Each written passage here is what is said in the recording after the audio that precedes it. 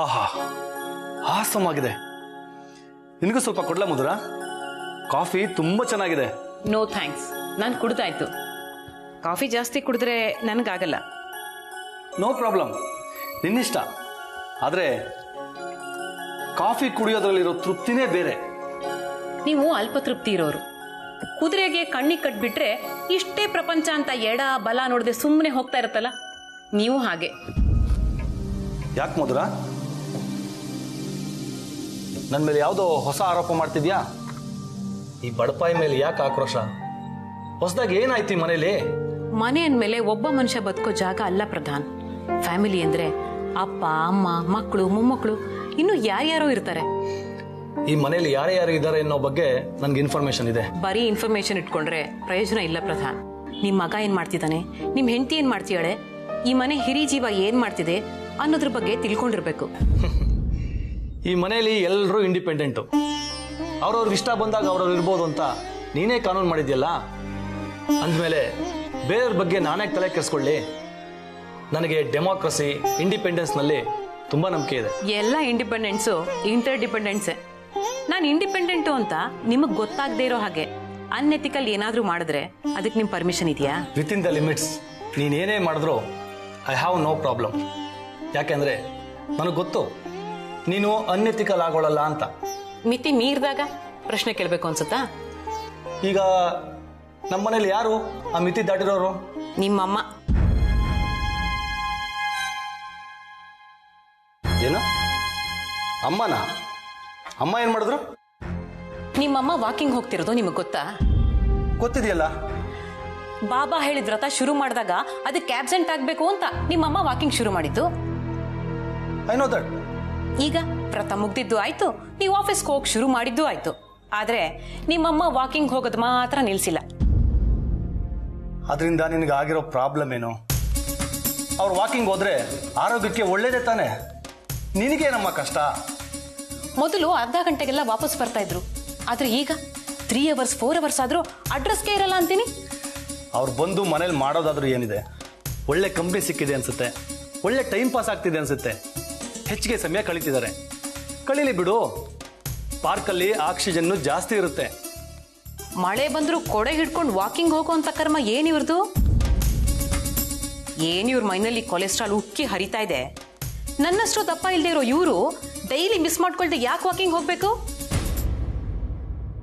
ನೋಡಿ, I think there is something wrong here.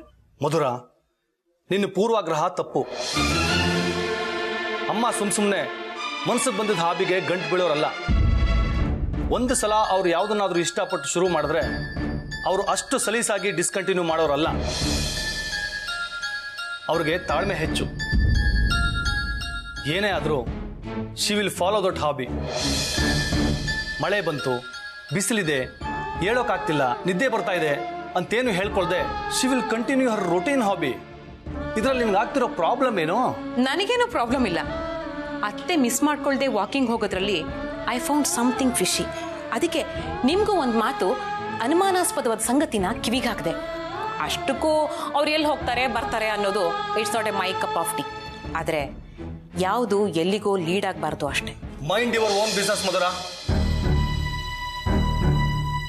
ಎಲ್ಲ ಮನೆಗಳಲ್ಲೂ ಅತ್ತೆಯರು ಬೊಜ್ಜು ಬೆಳೆಸ್ಕೊಂಡು ಕೂತಿರ್ತಾರೆ ಅಂತ ಸೊಸೆಯರು ಗೊಣಗಾಡ್ತಿರ್ತಾರೆ. ಆದ್ರೆ ಇಲ್ಲಿ ನಮ್ಮಮ್ಮ ಚೆನ್ನಾಗಿ ವಾಕ್ ಮಾಡಿಕೊಂಡು ಸ್ಲಿಮ್ ಆಗಿದ್ದಾರೆ. ಇದಕ್ಕೆ ಅನುಮಾನ ಪಡ್ತೀಯಾ? This is too much.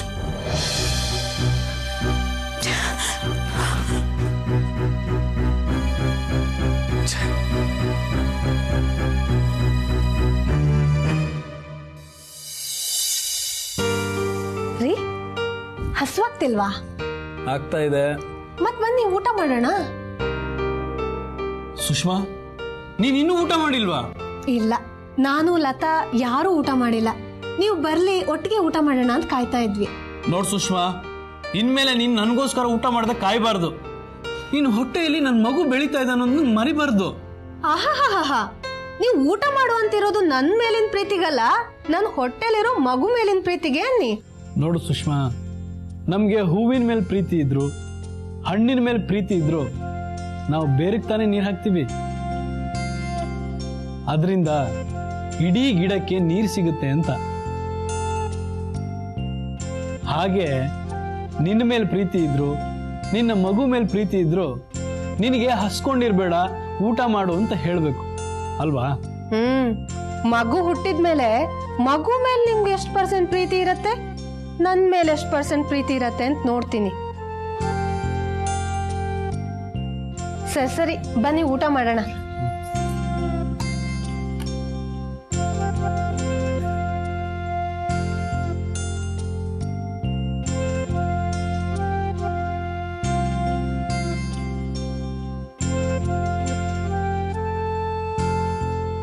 ಬಾರೆ ನೀನು ಕುತ್ಕೋ.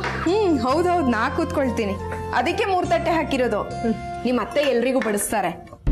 ಅವ್ರಿಗೆ ಊಟ ಮಾಡಲ್ವಂತಲ್ಲ.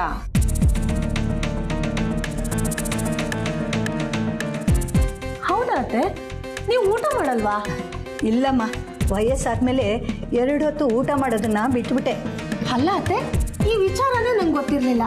ಹೀಗೆ ಬೆಳಗ್ಗಿಂದ ಊಟ ಮಾಡದೇ ಇದ್ರೆ ರಾತ್ರಿ ಹೊತ್ತಿಗೆ ನಿಮ್ಗೆ ಸುಸ್ತಾಗಲ್ವಾ? ಇಲ್ಲ ಕಣೆ, ನನಗೆ ಅಭ್ಯಾಸ ಆಗೋಗಿದೆ. ನೋಡು, ವಯಸ್ಸಾದ್ಮೇಲೆ ಏನು ಕೆಲಸ ಮಾಡದೆ 2 ಹೊತ್ತು ಊಟ ಮಾಡಿದ್ರೆ ತಿಂದನ್ನ ಅರ್ಗಲ್ಲ ಕಣೆ.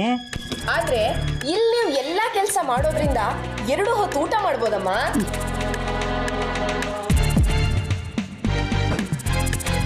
ಸುಂದರ್ ಯಾಕೆ ಎದ್ಬಿಟ್ರಿ? ನಾನೊಂದು ಮೇಲ್ ಕಳಿಸ್ಬೇಕು ಸುಷ್ಮಾ. ಮೊದಲು ಊಟ ಮಾಡಿ ಆಮೇಲೆ ಕಳಿಸ್ಬೋದು. ಇಲ್ಲ ಸುಷ್ಮಾ, ನಾನು ಈಗಲೇ ಕಳಿಸ್ಬೇಕು. ಆಗಲೇ ಮರ್ತಿದ್ದೆ, ಕಾಯ್ತಾ ಇರ್ತಾರೆ. ಅಲ್ಲ ಸುಂದರ್, ನೀವು ಕಳಿಸ್ಬಿಟ್ಟು ಬನ್ನಿ, ಆಮೇಲೆ ಜೊತೆಗೆ ಊಟ ಮಾಡೋಣ.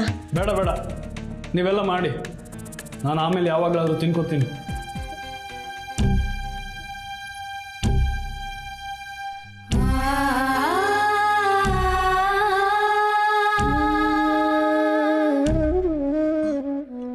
ಸರಿ ಬಿಡಿ ಅತ್ತೆ, ನಿಮ್ಮ ಮಗ ಆಮೇಲೆ ಊಟ ಮಾಡ್ಕೊಳ್ಳಿ, ನಮ್ಗೆ ಬಡಿಸಿ. ಅಯ್ಯೋ, ಸೌಟ್ ತರದೇ ಮರ್ತ್ಬಿಟ್ಟೆ. ಹೋಗಿ ತಂದ್ಬಿಡ್ತೀನಿ. ಅರೆ, ಸೌಟ್ ಇಲ್ಲೇ ಇದೆ ಅತ್ತೆ. ಸ್ವಲ್ಪ ತಡಿ, ಅವ್ರು ಸೌಟ್ ತರಕ್ ಹೋಗಿಲ್ಲ, ಮತ್ತೆ ಕಣ್ಣೀರ್ ಒರೆಸ್ಕೊಂಡ್ ಬರ್ತಾರೆ. ಅಂದ್ರೆ ಅತ್ತೆ ಅಳ್ತಿದಾರ? ಮಗ ತಾನ್ ಬಡಿಸಿದ ಊಟ ಮಾಡಲ್ಲ ಅಂದ್ರೆ ಯಾವ ತಾಯಿಗಳು ಬರಲ್ಲ ಹೇಳು? ಅವ್ರ ಕಣ್ಣೀರ್ ತುಂಬಿಕೊಂಡಿದ್ದನ್ನ ನಾನು ಗಮನಿಸ್ದೆ. ಅಂದ್ರೆ ಸುಂದರ್ ಬೇಕು ಅಂತಲೇ ಎದ್ದು ಹೋಗಿದ್ದು ಅವ್ರಿಗೆ ಗೊತ್ತಾಯ್ತು ಅಂತೀಯಾ? ಯಾಕೆ ಗೊತ್ತಾಗಲ್ಲ? ಅವ್ರು ಬಂದಾಗಿಂದ ನಿನ್ ಗಂಡ ಒಂದ್ ಮಾತು ಆಡಿಲ್ಲ. ಈಗ ನೋಡಿದ್ರೆ ಅವ್ರು ಬಡಿಸ್ತಾರೆ ಅಂತ ಗೊತ್ತಾದ ತಕ್ಷಣ ಎದ್ದು ಹೋದ್ರು. ಇದಕ್ಕೇನ್ ಮಾಡೋದ್ ಲತಾ? ನಿನ್ ಗಂಡನ ಹತ್ರ ಮಾತಾಡು, ಹೀಗೆ ವರ್ತಿಸಿ ಅಮ್ಮಂಗೆ ಸಂಕಟ ಕೊಡಬೇಡಿ ಅಂತ ಹೇಳು. ಅಯ್ಯೋ, ನನ್ನ ಬುದ್ಧಿಗೆ ಇಷ್ಟು. ಸೌಟ್ ಇಲ್ಲೇ ಇಟ್ಟು ಒಳಗೆಲ್ಲ ಹುಡುಕ್ತಾ ಇದ್ದೆ. ನಡೀರಿ, ಬಡಿಸ್ತೀನಿ. ನಿಜ, ಅತ್ತೆ ಹತ್ತಿದ್ದಾರೆ. ಈ ರೀತಿ ಸಂಕಟ ಇನ್ ಮುಂದೆ ಇವ್ರಿಗೆ ಆಗ್ಬಾರ್ದು.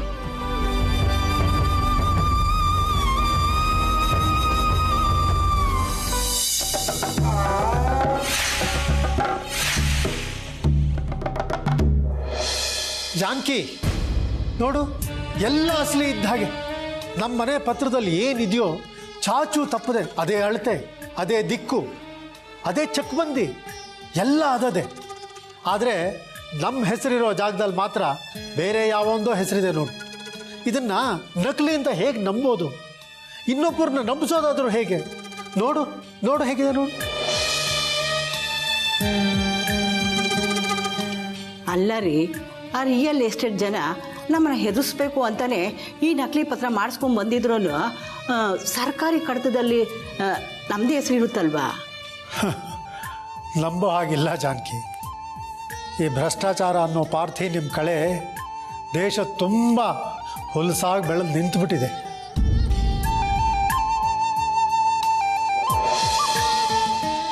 ಸರ್ಕಾರಿ ಕಚೇರಿಯಲ್ಲಿ ಕೆಲಸ ಮಾಡೋ ಜನ ಸಂಬಳಕ್ಕಿಂತ ಹೆಚ್ಚು ಪ್ರೀತಿ ಬೆಳೆಸ್ಕೊಂಡಿರೋದು ಗಿಂಬಳದ ಮೇಲೆ.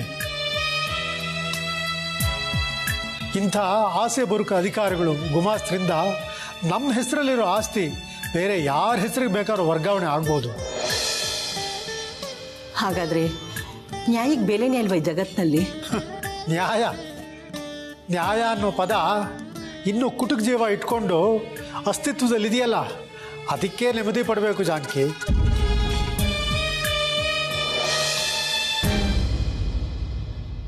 ಈ ನೀಚ ಸಮಾಜದಲ್ಲಿ ನಮ್ಮಂಥವರು ಆಸ್ತಿನೆಲ್ಲ ಜೀವನೂ ಕಳ್ಕೋಬೇಕಾಗತ್ತೆ.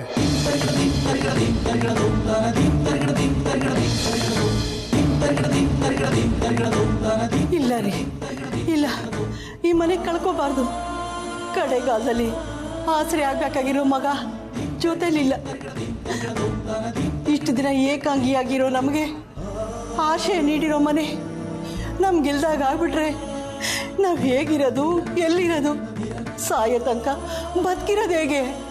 ನಿಜ, ಸಾಯೋ ತನಕ ಬದುಕಿರ್ಲೇಬೇಕು ಅಂದರೆ ಈ ಮನೆ ಕಳೆದು ಉಳಿದಿರೋ ನಮ್ಮ ಗಂಟು ಇದನ್ನು ಉಳಿಸ್ಕೊಳ್ಳೇಬೇಕು ಜಾನಕಿ.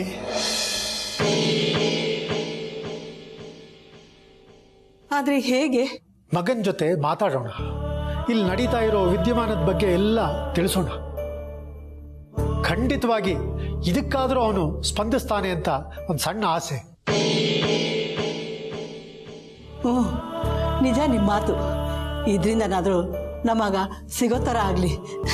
ಮೊದಲು ಒಂದು ಫೋನ್ ಮಾಡ್ರಿ ಅವ್ರಿಗೆ. ಅವ್ರ ಮಗ ಏನಾದರೂ ಬರ್ತೀನಿ ಹೆಲ್ಪ್ ಮಾಡ್ತೀನಿ ಅಂದರೆ ನಿನ್ನ ಪ್ಲ್ಯಾನ್ ಎಲ್ಲ ಎಕ್ಕಟ್ಟೋಗುತ್ತಲ್ವ ನನಗ? ಸ್ವಲ್ಪ ಬಾಯಿ ಮುಚ್ಕೊಂಡು ನಿಂತ್ಕೊಳ್ತೀಯಾ?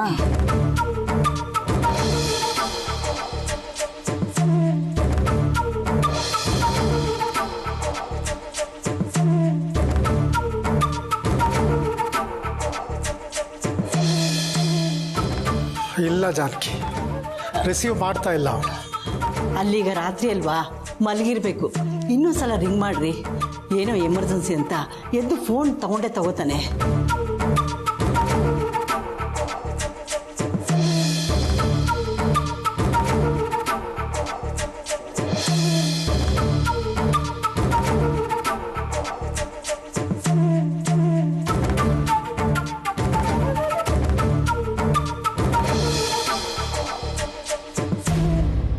ಬೆಳಿಗ್ಗೆಯಿಂದ ಕೆಲಸ ಮಾಡಿ ಅವನಿಗೆ ಸುಸ್ತಾಗಿರ್ಬೇಕ್ರಿ, ಅದಕ್ಕೆ ಮಲ್ಕೊಂಡ್ಬಿಟ್ಟಿರ್ತಾನೆ.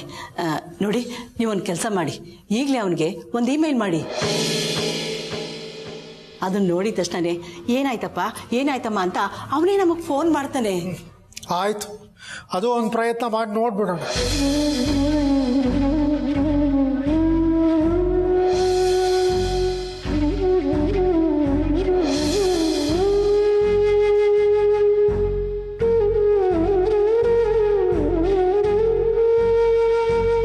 ನಮ್ಮ ಪರಿಸ್ಥಿತಿ ಎಲ್ಲ ಹೇಳಿ ತಕ್ಷಣ ಒಂದು ಉತ್ತರ ಕೊಡು, ಫೋನ್ ಮಾಡು ಅಂತ ತಿಳಿಸಿದ್ದೀನಿ. ಆಮೇಲೆ ಏನಾಗುತ್ತೋ ನೋಡೋಣ. ಫೋನ್ ಮಾಡಲ್ಲ ಬಿಡು, ನೀನು ಟೆನ್ಷನ್ ತಗೋಬೇಡ. ಆದರೆ ಆ ಮುದುಕಿ ಟೆನ್ಷನ್ನು ಹಾಗೆ ಕಂಟಿನ್ಯೂ ಆಗತ್ತೆ. ನಮಗೆ ಬೇಕಾಗಿರೋದು ಅದೇ.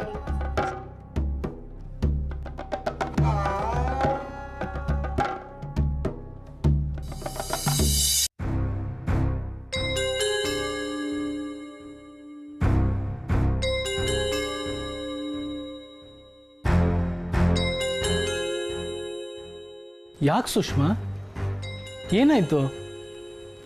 ಏನು ಯೋಚನೆ ಮಾಡ್ತಿದ್ಯಾ? ಪರವಾಗಿಲ್ವೇ, ನಾನು ಯೋಚನೆ ಮಾಡ್ತಾ ಇದ್ದೀನಿ ಅನ್ನೋದು ಗೊತ್ತಾಗ್ತಿದೆ ನಿಮಗೆ? ಹೆಂಡತಿ ಮುಖ ನೋಡಿ ಅವಳು ಮನಸ್ಸಿನಲ್ಲಿ ಸುಖ ಇದೆಯಾ ದುಃಖ ಇದೆಯಾ ಅಂತ ಅರ್ಥ ಮಾಡ್ಕೊಳಕ್ಕಾಗದೇ ಇರೋ ಅಷ್ಟು ದೊಡ್ಡ ಮೂರ್ಖ ನನ್ನ ಗಂಡ ಅನ್ಕೊಂಡ್ಯಾ? ಓಹೋ, ನಿಮ್ಮ ಆ ಬುದ್ಧಿವಂತಿಕೆ ಹೆಂಡತಿ ಮುಖದ ಸುಖ ದುಃಖ ಮಾತ್ರ ಗುರುತಿಸತ್ತೋ ಅಥವಾ ಬೇರೆಯವ್ರ ಮುಖದ ಸುಖ ದುಃಖನೂ ಗುರುತಿಸತ್ತ? ಯಾಕೆ ಹೀಗೆಲ್ಲ ಕೇಳ್ತೀಯ? ಅಲ್ಲ, ನಾನು ಇನ್ಯಾರು ಚಿಂತೆ ಮಾಡ್ಬೇಕು ಹೇಳು? ಇಷ್ಟಕ್ಕೂ ಬೇರೆಯವ್ರ ಚಿಂತೆ ಮಾಡೋದ್ರಿಂದ ನನಗೇನು ಪ್ರಯೋಜನ? ನೋಡು, ನನಗೆ ನೀನು ಮುಖ್ಯ. ಯಾಕೆ? ನನ್ನ ಹೊಟ್ಟೆಲಿ ನಿಮ್ಮ ಮಗು ಇದೆ ಅಂತನಾ? ಹಾಗೆ ತಿಳ್ಕೊ. ನೀನು ಚಿಂತೆ ಮಾಡಬಾರ್ದು, ಆಯಾಸ ಮಾಡ್ಕೋಬಾರ್ದು. ಅದರಿಂದ ನೀನು ಹೊಟ್ಟೆಲಿರೋ ಮಗು ಬೆಳವಣಿಗೆಗೆ ತೊಂದರೆ ಆಗುತ್ತೆ. ಹಾಗಂತ ಡಾಕ್ಟರ್ ಹೇಳಿಲ್ವಾ ಅವತ್ತು? ಹೇಳಿದ್ರು. ಅದಕ್ಕೆ ನೀವು ನಿಮ್ಮ ಮಗುವಿನ ಕ್ಷೇಮನ ಚೆನ್ನಾಗೇ ನೋಡ್ಕೊಳ್ತಿದ್ದೀರಾ. ಆದ್ರೆ ಅದ್ರಲ್ಲಿ 1% ಆದ್ರೂ ನಿಮ್ಮನ್ನ ಹೆತ್ತು ಹೊತ್ತು ಸಾಕಿ ಸಲಹೆ ತಾಯಿ ಬಗ್ಗೆ ಯಾಕೆ ಯೋಚನೆ ಮಾಡ್ತಾ ಇಲ್ಲ? ಅವ್ರನ್ನ ವೃದ್ಧಾಶ್ರಮದಿಂದ ಮನೆ ಕರ್ಕೊಂಬಂದು ಆಯ್ತಲ್ಲ, ನೀವೇನ್ ಕಷ್ಟಪಟ್ಟು ಅವ್ರನ್ನ ಕರ್ಕೊಂಡ್ ಬಂದಿಲ್ಲ. ನನಗೋಸ್ಕರ ಅವ್ರು ಇಲ್ಲಿ ಬಂದಿರೋದಕ್ಕೆ ಒಪ್ಕೊಂಡ್ರು ಅಷ್ಟೇ. ಹಾಗೆ ತಿಳ್ಕೊ. ಈಗ ನಿನ್ ಸಮಸ್ಯೆ ಏನು ಅಂತ ಹೇಳು. ನೀವು ಅವ್ರ ಮನ್ಸಿಗೆ ನೋವು ಮಾಡಿದ್ದೆ ನನ್ನ ಸಮಸ್ಯೆ. ನಾನೆಲ್ಲ ಬೇಜಾರು ಮಾಡಿದೆ? ನಾನು ಒಂದೇ ಒಂದು ಮಾತು ಆಡಿಲ್ಲ. ಅದನ್ನೇ ನನ್ನ ಸಮಸ್ಯೆ ಅಂತಿರೋದು.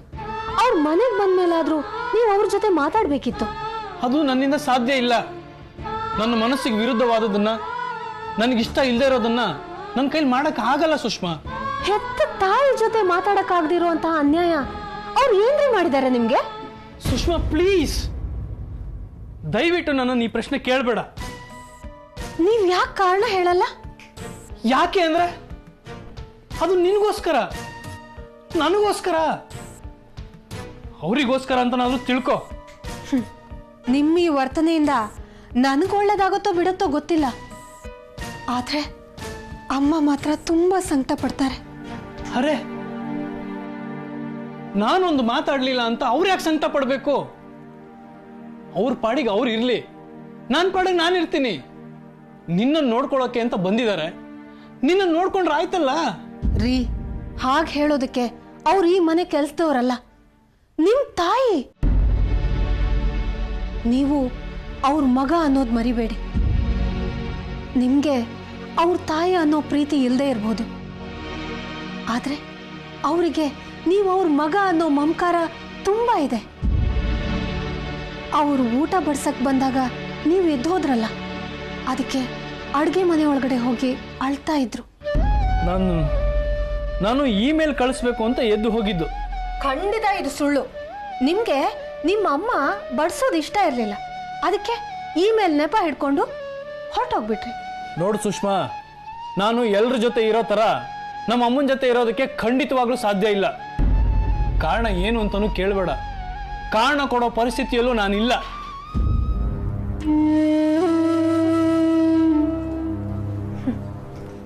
ಕಾರಣ ಏನಂತ? ಕಾರಣ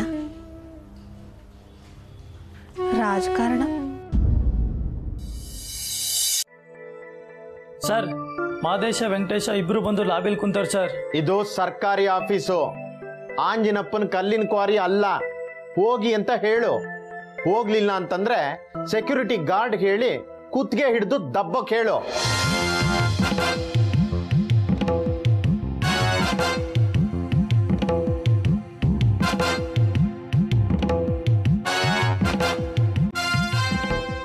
ಏನ್ ಸರ್, ಒಳಗಿದ್ದು ಇಲ್ಲ ಅಂತ ಹೇಳ್ಸೋದು ತಪ್ಪಲ್ವಾ ಸರ್? ಏನ್ ಸರ್, ನಮ್ಮ ಬಗ್ಗೆ ಅಷ್ಟೊಂದು ಅಗ್ವಾಗಿ ಮಾತಾಡ್ತೀರಾ? ನಾವು ಏನ್ ಸರ್ ಅಂತ ತಪ್ಪು ಮಾಡಿದ್ವಿ? ನಮ್ಮ ಫೈಲ್ ಕೆಲಸ ಆಗದೆ ಕೆಳಗೆ ಉಳ್ಕೊಂಡಿದ್ರೆ ಹೇಳ್ಕೊಂಬರ ತಪ್ಪ ಸರ್? ನೀವು ಓದ್ದವರು ಸುಳ್ಳು ಹೇಳ್ಬೋದಾ ಸರ್? ನೀನ್ ಯಾವನೆಯ ನನಗೆ ಬಂದು ಬುದ್ಧಿ ಹೇಳೋದಿಕ್ಕೆ? ನೀವ್ ಇಲ್ಲಿ ಬಂದು ನಾನು ತಲೆ ತಿಂತಾ ಇದ್ರೆ ನಾನೇನ್ ಕೆಲಸ ಮಾಡೋದು ಬೇಡವಾ? ಬಂದ್ಬಿಟ್ರು ಬೆಳಗ್ಗೆನೆ ಬಿಟ್ಟು ಉಪದೇಶ ಕೊಡೋದಿಕ್ಕೆ. ಹೋಗೋಗ್ರೆ. ಹಿಂಗಂದ್ರೆ ಹೆಂಗೆ ಸರ್? ಮೊನ್ನೆ ತಾನೇ ನಮ್ ಕ್ವಾರಿ ಗೆಸ್ಟ್ ಹೌಸಿಗೆ ಬಂದು ಕಂಟು ಮಟ್ಟ ಕುಡಿದ್ರಿ. ಕೋಲ್ಡ್ ಸೋಡಾ ನಾನೇ ತಂದು ಹಾಕಿದ್ನಲ್ಲ ಸರ್ ನಿಮ್ ಗ್ಲಾಸ್ಗೆ. ಏನ್ ಸರ್ 6 ಪೆಗ್ಗು ಸರಸರ ಅಂತ ಹಾಕ್ಬಿಡ್ರಿ. ಅದೇನ್ ಮಹಾ ಬಿಡು, ಎಣ್ಣೆ ಹಾಕಿದ್ದು ದೊಡ್ಡ ಸಂಗತಿ ಅಲ್ಲ. ಆಮೇಲೆ ಮೈ ಮೇಲೆಲ್ಲ ಚೆಲ್ಕೊಂಡು ವಾಂತಿ ಮಾಡ್ಕೊಂಡು ಚರಂಡಿಗೆ ಬಿದ್ರಲ್ಲ, ಅದು ಮಾತ್ರ ಅಸಹ್ಯವಾಗಿತ್ತು.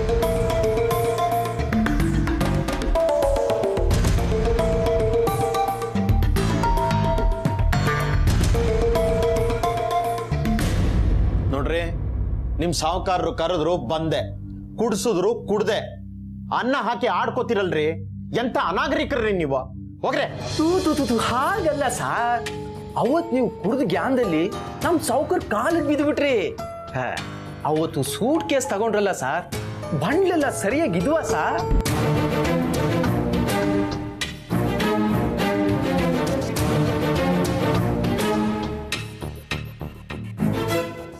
ನಿಮ್ ದುಡ್ಡು ನಿಮ್ ಫೈಲು ಎಲ್ಲ ಹೆಡ್ ಆಫೀಸ್ಗೆ ಹೋಗಿ 15 ದಿನ ಆಯ್ತು.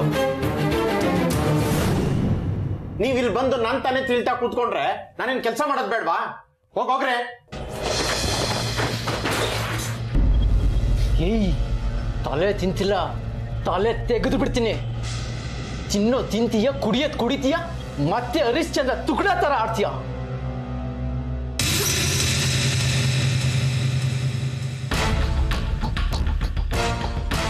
ಹೆಂಗೈತೆ ಮೈಗೆ ಒದ್ರೆ ತಿಂದಿದ್ದೆಲ್ಲ ಕಕ್ಬಿಡ್ಬೇಕು ಮಗನ.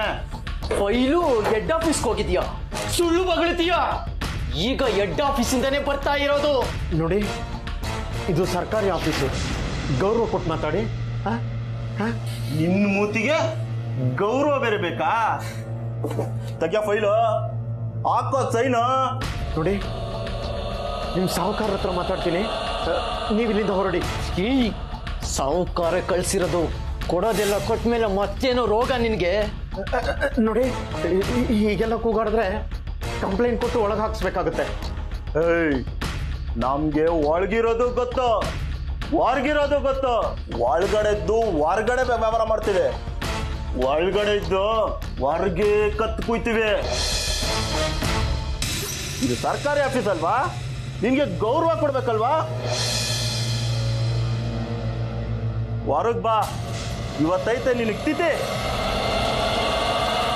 ನೀನಲ್ಲ ಇನ್ಯಾರು ಎಂದು ಯಾರನ್ನು ಲಂಚ ಕೇಳಬಾರ್ದು, ಹಂಗ್ ಮಾಡ್ತೀವಿ.